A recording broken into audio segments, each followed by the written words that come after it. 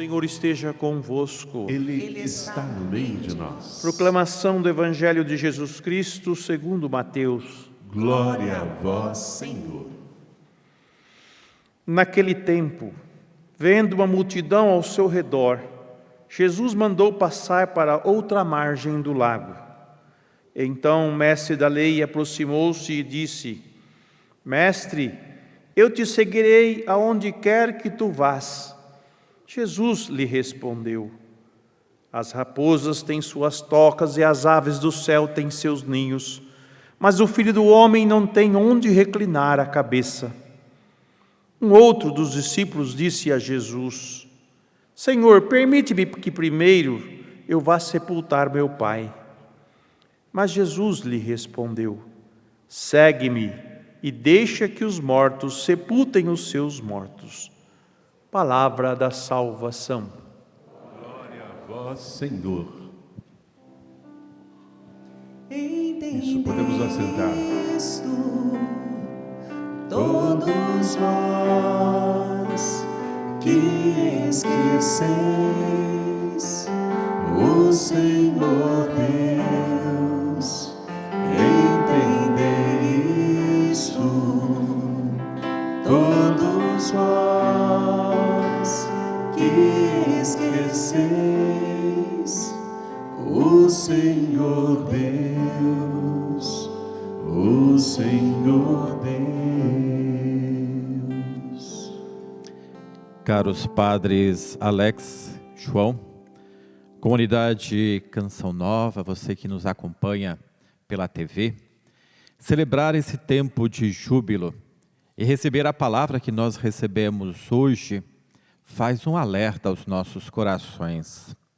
O profeta, na primeira leitura, chama a atenção daqueles que desviaram o coração, o olhar, do que Deus apresentou como proposta salvífica. Quando tira-se os olhos daquilo que é de Deus e começa a olhar as coisas humanas, querendo levar vantagem, tirando daquele que é mais pobre, praticando a injustiça com aquele que não cometeu nenhum crime, o profeta faz um alerta muito grande, pois a ira de Deus um dia virá. E todo aquele que se acha que está levando vantagem, tendo benefício, agindo dessa forma tão incoerente com a palavra de Deus, vai ter a sua, digamos, resposta no final dos tempos. Não adianta ser o mais rápido, não adianta ser o mais forte, não adianta ter todas essas habilidades se não tem a graça de Deus. O convite que é feito a cada um de nós é pensar, será que no nosso dia a dia nós não cometemos esses pecados, esses limites que Amós apresenta na leitura e que estas atitudes são detestáveis por Deus, que Deus não admite, que Deus não acolhe uma pessoa que viva dessa forma tão incoerente? Será que isso não acaba passando no nosso dia a dia? Nossas atitudes, talvez achando que somos justos, sendo injusto, achando que o errado é certo? Corremos esses riscos diante de tantas informações que nós recebemos e às vezes informações que não são as verdades, e nós assumimos como verdades e ainda somos capazes de replicar, cometendo mais pecado, mais erros e mais injustiça. O Salmo diz: tomai cuidado você que se esqueceu de Deus. Ah, mas eu falo de Deus, mas você atua conforme aquilo que Deus ensinou? Falar de Deus é fácil. Lembrar de Deus, até podemos lembrar. Praticar o que Deus nos orienta é que é a questão. O sacrifício, a dificuldade, a coerência, mesmo às vezes quando parece que estamos remando contra a maré, estamos sozinhos contra uma multidão que vem ao contrário, mas quando estamos diante da vivência da justiça, da verdade, daquilo que é de Deus, mesmo que venha ventos contrários, Deus vai nos dar força. Mas a partir do momento que nós tiramos os olhos daquilo que é de Deus, nós perdemos as nossas forças. Quando chegamos no Evangelho de hoje, e tem essa pessoa que diz: Senhor, eu vou te seguir onde quer que tu vás. Será que vai mesmo? Às vezes nós fazemos essas declarações de amor para Deus, Mas na primeira dificuldade nós já desistimos. Começamos a pensar nas nossas vantagens e desvantagens, o que eu ganho com isso, o que eu vou perder com isso. Nós vamos ganhar o reino dos céus, nós vamos receber a recompensa 100 vezes mais, mas parece que isso não entra na nossa mente, muito menos nos nossos corações. E Jesus fala, olha, se você realmente quer me seguir, vai ter que abrir mão de muitas coisas. Vai ter que se desapegar, vai ter que olhar para o futuro sem olhar para trás. De todas as seguranças, de todos os confortos. E às vezes, quando nós assumimos a vida missionária, nós temos que fazer essa experiência. Eu posso dizer que eu estou vivendo isso nesses primeiros meses de peregrinação.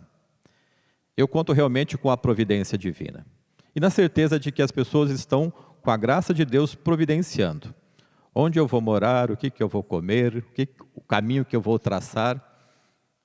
Eu acredito que as pessoas que estão organizando a peregrinação estão realmente animadas por isso. Eu acredito que Deus vai providenciar, e tem providenciado, graças a Deus. As pessoas perguntam, onde é a sua paróquia, padre? Eu digo, hoje é aqui. Minha paróquia é aqui, minha casa é aqui, esses são os meus párocos. E assim eu vou, em cada comunidade, assumindo aquela comunidade como minha. Jesus disse que o Filho de Deus não tem onde reclinar a cabeça. Com a graça de Deus e com a providência de Deus, a gente acaba encontrando um travesseiro para dormir, uma casa para ficar, mas com esse espírito de desapego, de estar solto para viver a missão. Então, como dizia São Vicente de Paulo, eu não sou daqui, eu não sou dali. Eu sou de onde a providência de Deus me enviar. E é com este pensamento que nós olhamos para esses 400 anos de história. Quantos missionários desapegados que deixaram suas pátrias, seus países, suas famílias e talvez nunca mais voltaram.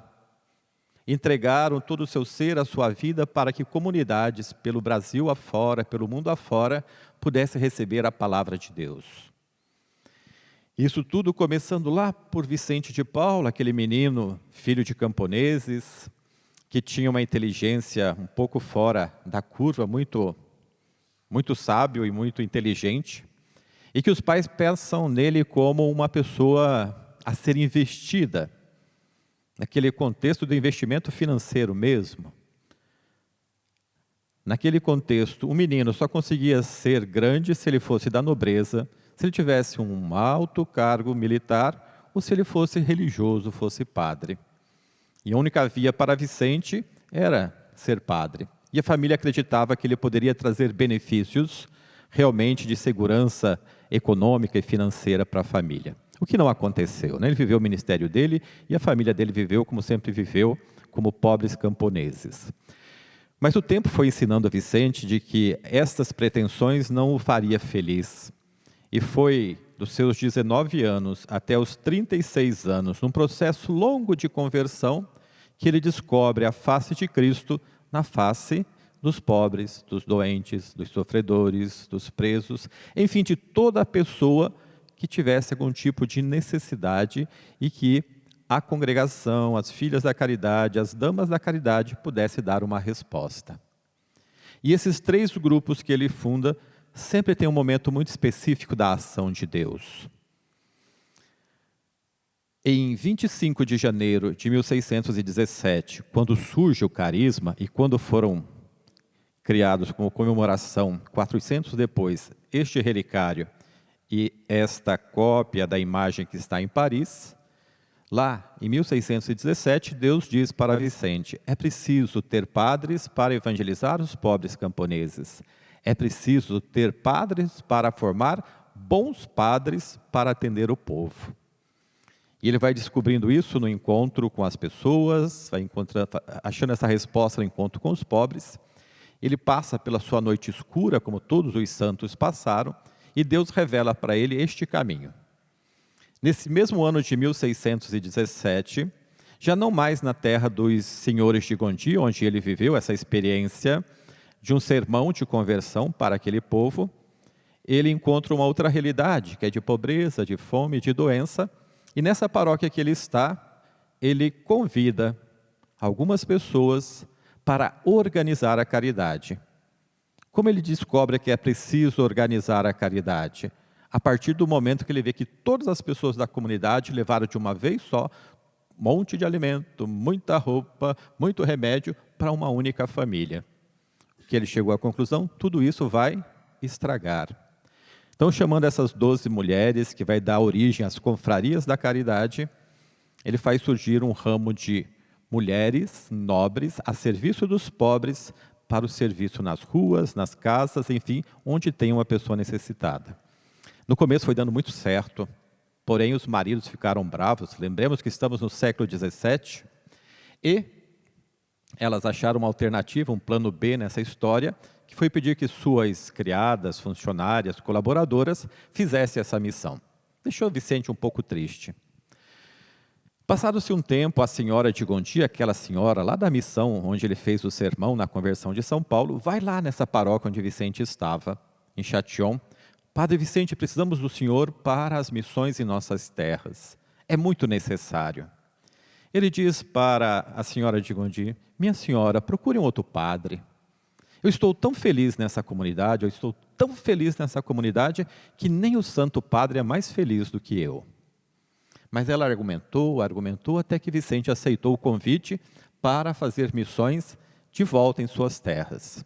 E no dia 17 de abril de 1625, é assinado o contrato onde se funda, ou se cria de forma civil, a missão. E no ano seguinte, 1626, a congregação é reconhecida como instituição religiosa. Nesse mesmo ano, São Vicente de Paulo reconhece Santa Luísa de Marilac. Ela era dirigida espiritualmente por São Francisco de Sales e ele passa essa missão para Vicente de Paulo.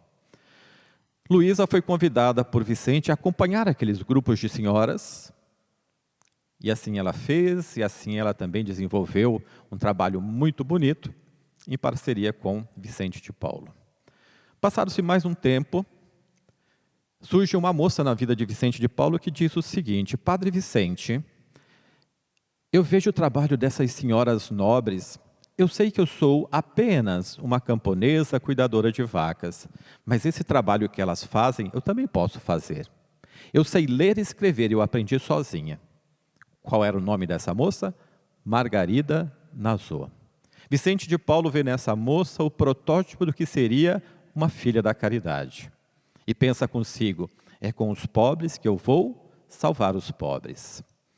Dessa forma, passado um pouquinho mais de tempo, Vicente fazendo essa oração, conversando com Santa Luísa, eles resolvem então, no dia 29 de novembro de 1633, fundar a Companhia das Filhas da Caridade. São as 3 fundações de Vicente de Paulo. Um grupo de mulheres leigas, a serviço dos pobres, mulheres nobres, dentro de um contexto onde a mulher não tinha protagonismo. Um grupo de padres missionários, que não dava para distinguir se eram religiosos, se eram diocesanos. O tempo e o direito canônico vai nos chamar de sociedade de vida apostólica.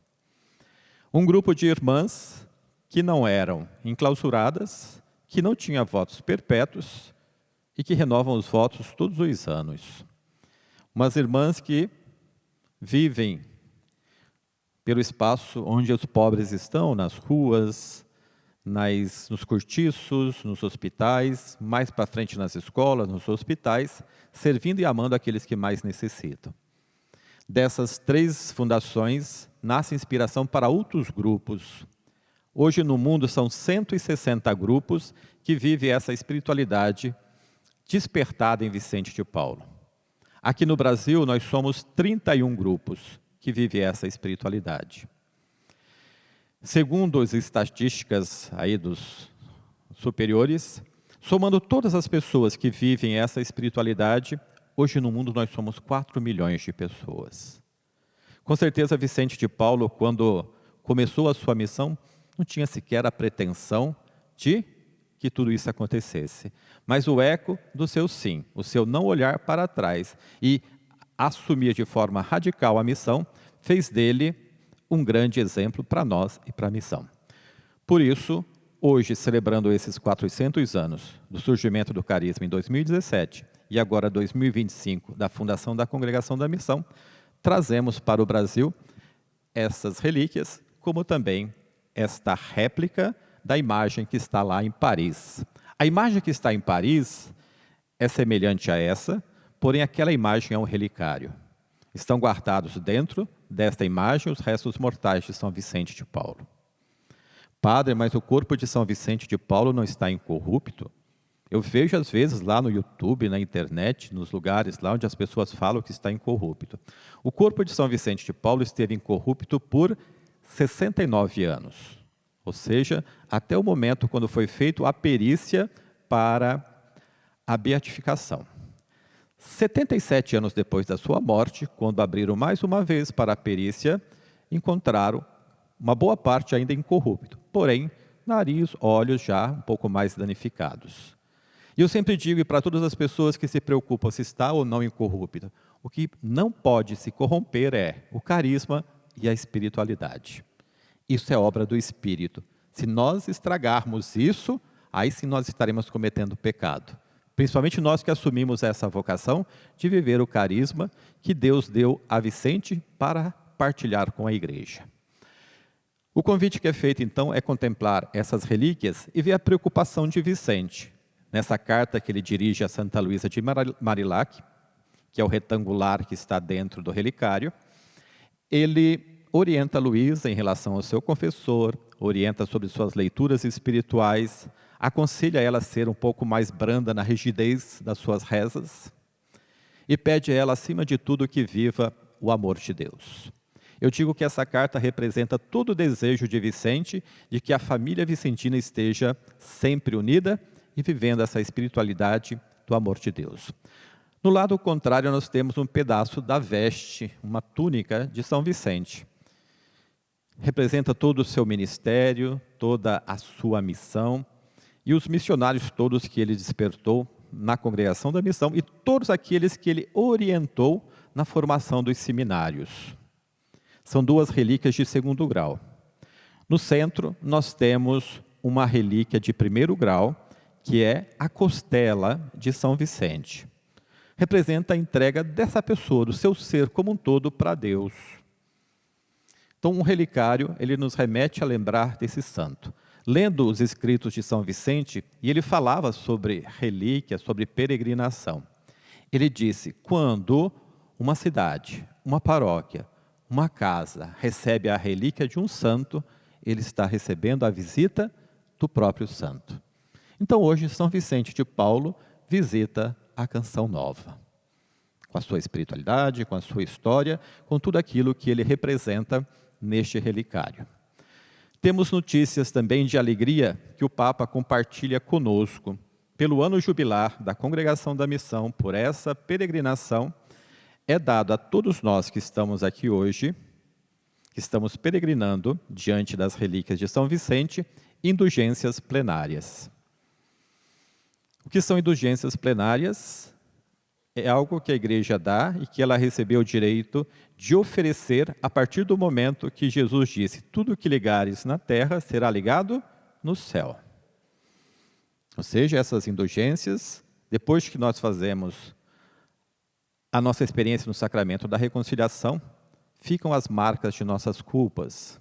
E as indulgências vêm para eliminar, para tirar essas manchas, essas marcas, esses rastros da nossa culpa. Segundo o manual de indulgências, está escrito que é preciso, primeiro, fazer um ato de piedade, esse que nós estamos fazendo, da peregrinação, participar de uma missa inteira, receber a Eucaristia, se confessar nessa semana, rezar pelas intenções do Santo Padre e da Igreja. As indulgências você recebe ou para você, ou para alguém que já tenha falecido e que você acha que necessita dessas indulgências. Segundo o manual ainda de indulgências, diz, se porventura nós fizermos todo este rito, né, das indulgências, e se nós morrermos na conclusão desse rito, segundo o manual, nós vamos direto para o céu. A gente não tem pressa, né, para morrer, mas também não peque demais, né? Vamos ser cautelosos na nossa vida de fidelidade a Deus. Tudo aquilo que Amós falava lá, tomemos cuidado. A nossa vocação precisa ser vivida com intensidade. E a nossa vocação é a santidade. Mas ela é construída na nossa história. E é graça que vem do nosso próprio Deus. Então esse é o convite que é feito. Celebrem conosco esses 400 anos. Se você que está aqui, você que está em casa, no trabalho, no hospital, tem o desejo de conhecer mais sobre a família vicentina, sobre os ramos que nós temos, entre nas nossas redes sociais, fanvim.org.br. Lá você vai poder conhecer um pouco mais da família vicentina. E dessa forma, talvez descobrir uma nova vocação, um novo chamado. Como eu disse, tem grupos de religiosos, religiosas, padres e irmãos e leigos nas mais diversas missões vivendo essa espiritualidade. O que mais nós temos aqui em Cachoeira são os vicentinos leigos. Caso vocês queiram conhecer, eles estão aqui no meio de nós. Converse com eles depois, eles vão dar orientações para vocês de como que é ser membro da Sociedade São Vicente de Paulo. Tanto eu quanto o Padre João, nós fomos vicentinos leigos, quando jovens. Esses dias atrás, sabe? Uns dias atrás nós éramos um pouco jovens e nós fomos da Sociedade São Vicente de Paulo. E lá nós aprendemos a amar e a servir aqueles que mais necessitam. O dia que eu decidi ser padre da Congregação da Missão, eu pensei comigo, é tão bom visitar os pobres todas as semanas. É tão bom ir na reunião e tentar achar respostas para a solução dos problemas deles. Se é tão bom isso uma vez por semana, como seria por toda a vida?